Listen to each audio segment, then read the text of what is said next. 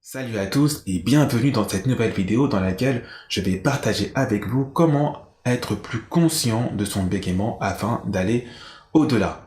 Je m'appelle Cyril Delio du blog investissezsurvous.fr avec lequel j'aide les personnes qui bégayent à aller au-delà de leur bégaiement grâce à mes conseils et mes programmes de formation. Mon but aujourd'hui est de vous aider à être plus conscient du fonctionnement de votre bégaiement et de la fréquence de l'apparition de celui-ci. En effet, dans notre esprit, il se produit énormément d'événements qui influent sur notre façon de nous exprimer correctement, comme le stress, l'anxiété, la peur, le traumatisme que l'on aurait vécu, et j'en oublie encore.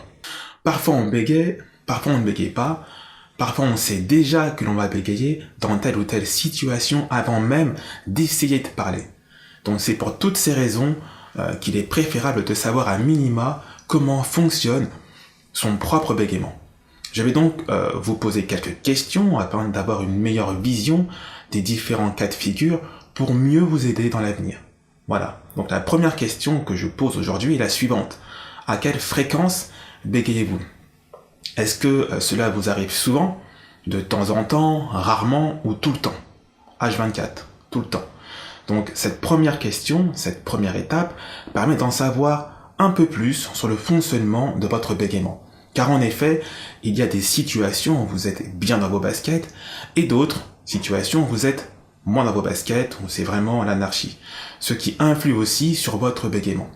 Donc ce que je désire aujourd'hui, c'est que vous commenciez à prendre conscience du fonctionnement de votre bégaiement et de votre comportement au moment précis où il se manifeste. Ce que vous ressentez précisément à cet instant, par exemple.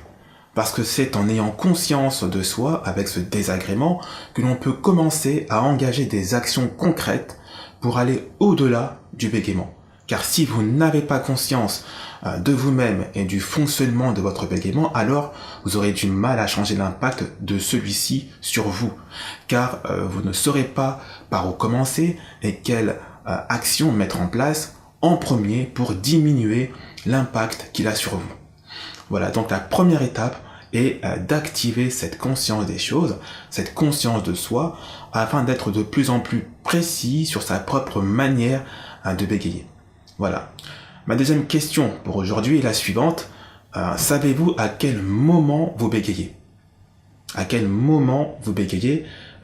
Il s'agit ici de porter davantage d'attention sur vous afin de remarquer des moments, des situations où vous bégayez et voir des moments où vous ne bégayez pas. Car oui, cela peut arriver, voire même très souvent, et on ne se rend pas souvent compte de ça.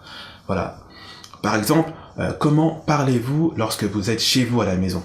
Quand vous êtes avec votre famille, vos amis, vos collègues, ou encore quand vous êtes au travail avec certaines personnes.